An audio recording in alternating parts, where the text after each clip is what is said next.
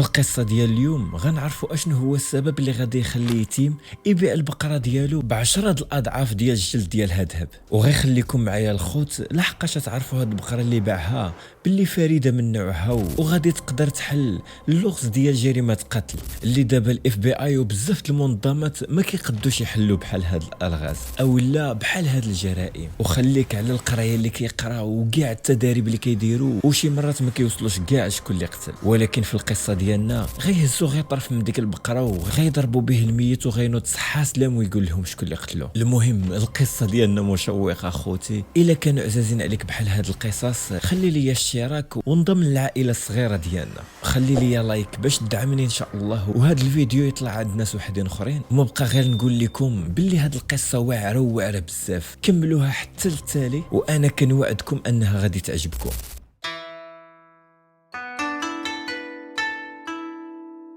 القصة ديالنا غتبدا مع واحد السيد من بني إسرائيل كان مسك عليه الله وكان لاباس عليه كما كنقولوا ما خاصو حتى شي خير، وما كان عنده حتى شي واحد من عائلته اللي يقدر يورث منه هذا الرزق كله من غير واحد ولد خوه اللي كان مسموم ولئيم بزاف كيتسنى غير فوقاش يموت باش يتمتع بالخيرات ديالو وداك الشيء اللي عنده. المهم داز بزاف ديال الوقت وهذا الراجل كاع ما مات، وداك ولد خوه بدا كيطلع له في راسو هذا الشيء وبغى في اقرب وقت يولي عنده داك الرزق اللي عند عمو. داكشي علاش قرر في واحد الليله يمشي والناس ناعسين كلهم، مشى وبلا رحمه بلا حتى شي حاجه غيقتل عمو وغادي يخرج الجثه ويحطها حدا واحد الدار زعما هذا راه هو اللي قتلو وماشي انا. المهم يحيد عليه الشبهات ويخلي الناس ديال الدوار يشكوا بان داك السيد اللي حدا الدار فين لقاوه هو اللي قتلو وخرجوا حدا الباب.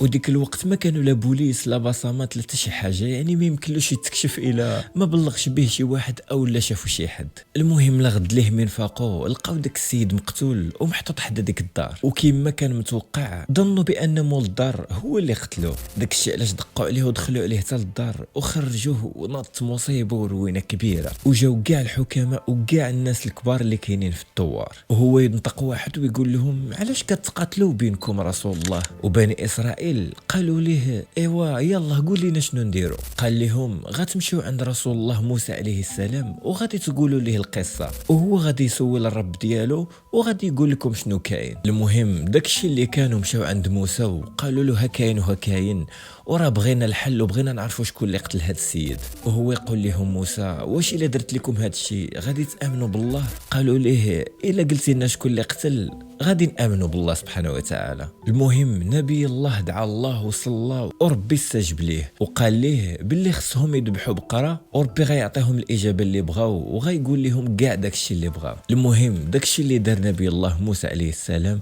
مشى عندهم وقال لهم راه ربي امركم باش تذبحوا بقره. بقاو كيضحكوا وكيستهزئوا به وكيقولوا له واش حنا جايين عندك باش تقول لنا شكون اللي قتل السيد وانت كتقول لنا ذبحوا بقره؟ واش كتضحك علينا ولا شنو؟ وموسى تعصب بزاف وقال لهم اعوذ بالله واش انا نقدر نستهزئ بالله سبحانه وتعالى؟ هما يمشيو عنده وقالوا له يلا سيدي غنتبعوك على هضرتك، قول لربك يورينا شنو هي هاد البقره او لا شنو الاوصاف ديالها باش نمشيو ليها مقصدين. المهم الله سبحانه وتعالى في الاول كان مأمرهم غير باش يذبحوا بقره وغيقول لهم شنو كاين، ولكن هما شددوا على راسهم والله شدد عليهم. المهم موسى سول الله سبحانه وتعالى داك الشيء علاش قال لهم هاد البقره ما خصها تكون لا صغيره ولا كبيره، عوان بين ذلك، يعني ما خصها تكون كبيره ما خصها تكون صغيره. ولكن هما ما اكتفوش بهذا الشيء وقالوا ليه سول ربك يزيد يبين لنا اكثر راه ما عرفناش هاد البقره كي دايره. والنبي موسى غادي يلبي لهم الطلب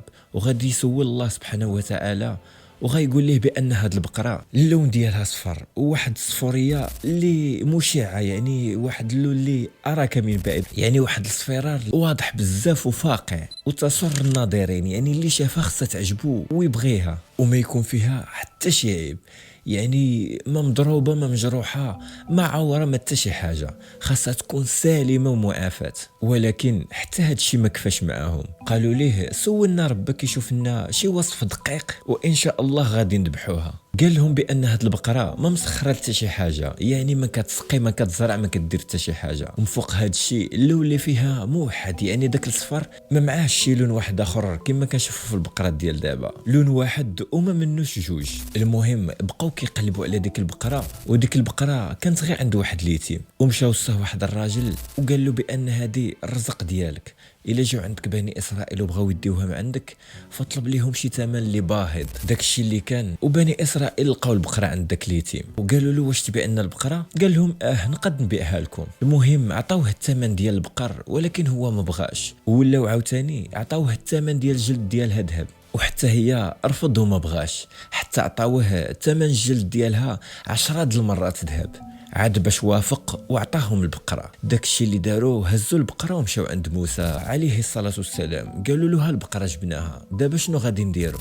المهم ذبحوها، ونبي الله موسى عليه السلام هز واحد الطرف من ديك البقره ومشى وضرب به داك السيد اللي كان ميت، ومع ديك الضربه السيد غينوض بحال اللي ما عمره ما كان ميت، وغينوض وغيخلي الناس غير كيشوفوا فيه وكل شيء مصدوم.